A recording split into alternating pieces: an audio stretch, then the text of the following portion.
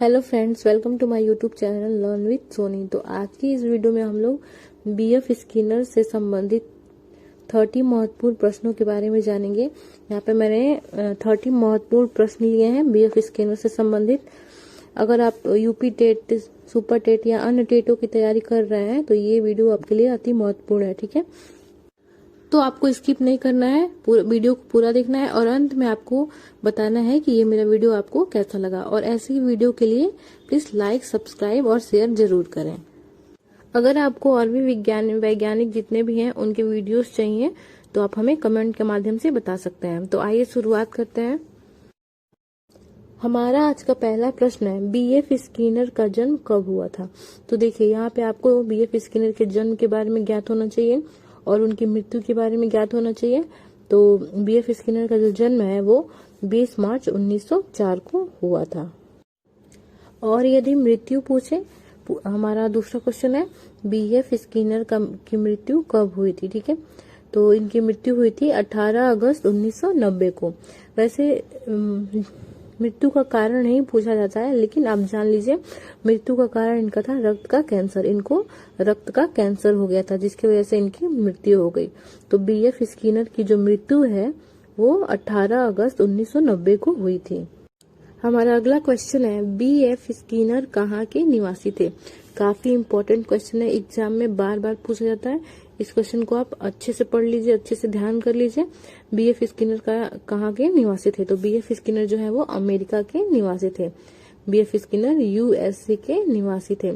ये question exam में बार बार आया है, तो इस क्वेश्चन को आप इम्पोर्टेंट का टिक लगा लीजिए। ठीक है, हमारा चौथा प्रश्न है, बीएफ स्किनर ने कौन सा सिद्धांत दिया था? ठीक है, बीएफ स्किनर ने कौन सा सिद्धांत दिया था? तो हमारा जो राइट आंसर है वो हो जाएगा क्रिया प्रसूत अनुबंधन का सिद्धांत। बीएफ स्किनर ने क्रिया प्रसूत अनुबंधन का सिद्धांत को दिया था। ये भी क्वेश्चन बहुत इंपॉर्टेंट है, इसको आप नोट कर लीजिएगा। हमारा अगला क्वेश्चन है, स्किनर ने क्रिया प्रसूत अनुबंधन का सिद्धांत कब दिया था? ठीक है, क्रिया प्रसूत अनुबंधन का सिद्धांत कब दिया था? याद रखिएगा, अनुबंधन का जो सिद्धांत है वो स्किनर द्वारा दिया गया है, वो कब दिया गया है हमारा क्वेश्चन है। तो और इसका जो आंसर हो जाएगा वो हो जाएगा 1938 में। 1938 में स्किनर ने अपना क्रिया प्रसूत अनुबंधन का सिद्धांत को दिया। हमारा अगला प्रश्न है, स्किनर ने अपना प्रयोग किस पर किया था? ठीक है, स्किनर ने जो अपना प्रयोग किस पे किया था? तो याद रखिएगा, जो पॉपुलर प्रयोग है वो है चूहे पर। ठीक है, जो पहला प्रयोग है वो चूहे पे किया था। ठीक है, उसके बाद उन्होंने कबूतर पे प्रयोग किया था। ठीक है, तो स्किनर ने अपना प्रयोग जो है चूहे व कबूतर पे किया था। अगला प्रश्न है, स्किनर ने चूहे पर प्रयोग कब किया था? ठीक है, जो सबसे पहला प्रयोग था वो चूहे पे ही किया था। ठीक है, तो सबसे पहला प्रयोग चूहे पे था और सबसे पॉपुलर प्रयोग ही है चूहे वाला ही प्रयोग है। ठीक है, और जो कबूतर वाला प्रयोग है वो दूसरा प्रयोग है, वो इतना पॉपुलर नहीं है। एग्जाम में ज्यादातर यही पूछा जाता है कि स्किनर ने अपना प्रयोग कब किया था। तो जो राइट आंसर हो जाएगा वो हो जाएगा चूहे पर किया था। तो स्किनर ने अपना प्रयोग जो है 1938 में किया था, वो भी चूहे पर किया था। हमारा अगला प्रश्न है, स्किनर ने कबूतरों पर प्रयोग कब किया?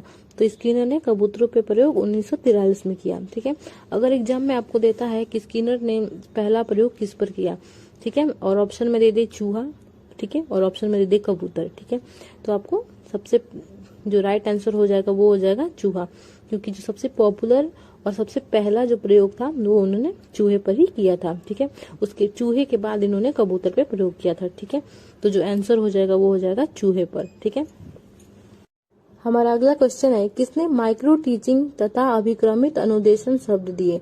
ठीक है, माइक्रो टीचिंग जो शब्द है और अभिक्रमित अनुदेशन जो शब्द है वो किसने दिया था? ठीक है, तो आंसर हो जाएगा स्किनर ने। स्किनर ने ही माइक्रो टीचिंग शब्द को दिया था और अभिक्रमित अनुदेशन शब्द को दिया था। हमारा अगला क्वेश्चन है, किसके अंतर्गत वस्तु या पाठ को छोटे छोटे भागों में बांटकर पढ़ना या सीखना या अध्ययन करना कहलाता है? ठीक है, तो हमारा जो राइट आंसर है वो हो जाएगा अभिक्रमित अनुदेशन। अभिक्रमित अनुदेशन के द्वारा ही वस्तु को हम छोटे छोटे भागों में बांटकर पढ़ते हैं या सीखते हैं या अध्ययन करते हैं। ठीक है, तो हमारा जो राइट आंसर हो जाएगा वो हो जाएगा अभिक्रमित अनुदेशन। हमारा अगला क्वेश्चन है टेक्नोलॉजी ऑफ टीचिंग किसकी बुक है। ठीक है, टेक्नोलॉजी ऑफ टीचिंग ये काफी इंपॉर्टेंट क्वेश्चन है और ये एग्जाम में बार बार पूछा जाता है, तो आपको याद रखना है टेक्नोलॉजी ऑफ टीचिंग स्किनर की बुक है। स्किनर द्वारा लिखा गया था टेक्नोलॉजी ऑफ टीचिंग।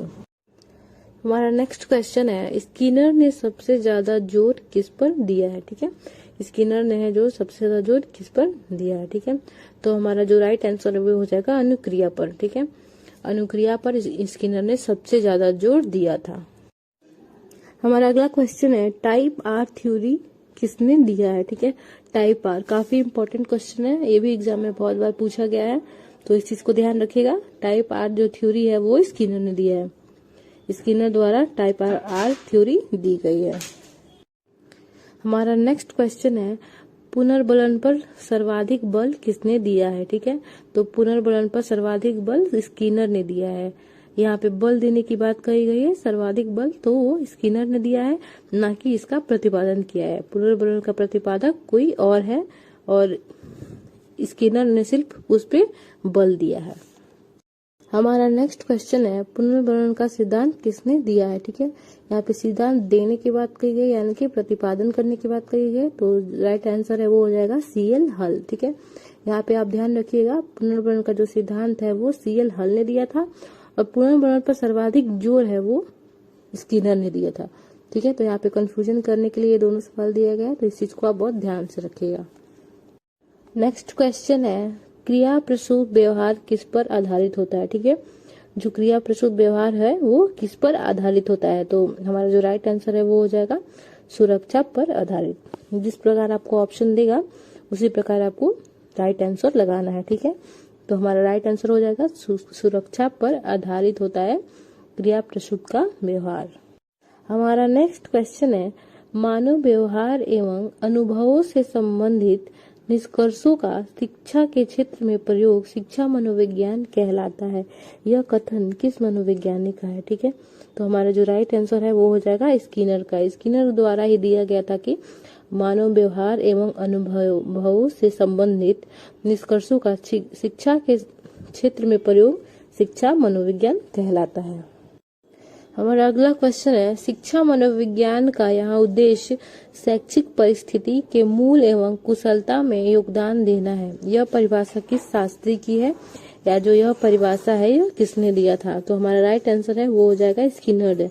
स्किनर द्वारा दी गई थी यह परिभाषा की शिक्षा मनोविज्ञान का यह उद्देश्य शिक्षा शैक्षिक परिस्थिति के मूल एवं कुशलता में योगदान देना होता है। ठीक है, 19वां प्रश्न है किसका कथन है कि अभिप्रेरणा सर्वोत्तम राजमार्ग है। ठीक है, तो हमारा जो राइट आंसर है वो हो जाएगा BF स्किनर। BF स्किनर द्वारा यह कथन दिया गया था कि जो अभिप्रेरणा है वो सर्वोत्तम राजमार्ग है। हमारा अगला क्वेश्चन है स्किनर का क्रिया प्रसूत अनुबंधन सिद्धांत किसके नियम पर आधारित है। ठीक है, याद रखिएगा अगर एग्जाम में पूछे स्किनर का क्रिया प्रसूत अनुबंधन सिद्धांत किसके नियम पर आधारित है, तो जो राइट आंसर है वो हो जाएगा थर्नडाइक के प्रभाव का नियम पर आधारित है। ठीक है, हमारा अगला क्वेश्चन है क्रिया प्रसूत अनुबंधन सिद्धांत की केंद्रीय अवधारणा क्या है। याद रखिएगा यहाँ पे केंद्रीय अवधारणा पूछा गया है, तो राइट आंसर जो है वो हमारा हो जाएगा प्रबलन या पुनर्बलन। प्रबलन और पुनर्बलन दोनों एक ही है। ठीक है, तो जो क्रिया प्रसूत अनुबंधन सिद्धांत का केंद्रीय अवधारणा है वो है प्रबलन और पुनर्बलन।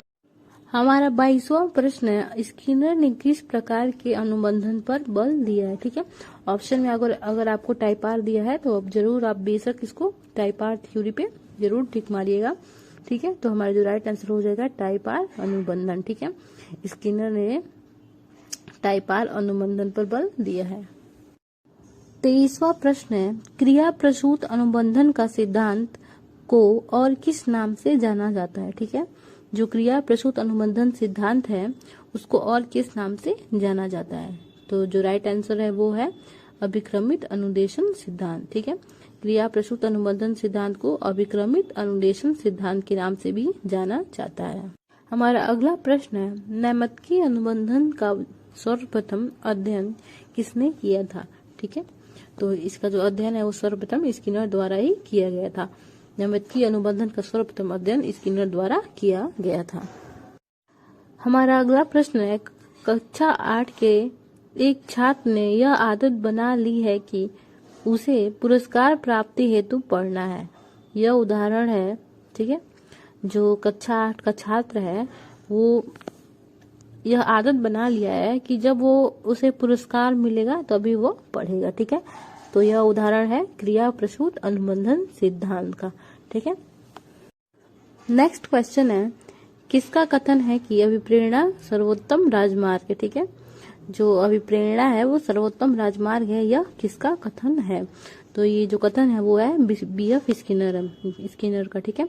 बीएफ स्किनर ने यह कथन दिया था कि अभिप्रेरणा जो है वो सर्वोत्तम राजमार्ग है। हमारा अगला क्वेश्चन है, प्राणी को यदि सकारात्मक पुनर्बलन दिया जाए, ठीक है, तो प्राणी क्रिया को दोहराता है। ये जो कथन है वो किसका है, ठीक है। तो यह कथन है बीएफ स्किनर का। बीएफ स्किनर ने कहा था कि प्राणी को यदि सकारात्मक पुनर्बलन दिया जाता है तो प्राणी क्रिया को बार बार दोहराता है। अगला क्वेश्चन है, द बिहेवियर ऑफ ऑर्गेनिज्म पुस्तक के लेखक कौन है, ठीक है। यह क्वेश्चन बहुत इंपॉर्टेंट है, एग्जाम में ये क्वेश्चन बार बार पूछा गया है, तो इस क्वेश्चन को आप बहुत ध्यान से देखिएगा। द बिहेवियर ऑफ ऑर्गेनिज्म जो पुस्तक है वो बीएफ स्किनर द्वारा लिखी गई थी। हमारा लास्ट क्वेश्चन है, स्किनर ने व्यवहार कितने प्रकार के बताए हैं, ठीक है। स्किनर ने जो व्यवहार है वो कितने प्रकार के बताए हैं? तो स्किनर ने व्यवहार को 2 प्रकार बताया है, ठीक है। पहला है प्रतिवादी व्यवहार, ठीक है, और दूसरा है क्रिया प्रसूत व्यवहार, ठीक है। तो 2 टाइप के व्यवहार स्किनर ने बताए हैं, प्रतिवादी व्यवहार और क्रिया प्रसूत व्यवहार।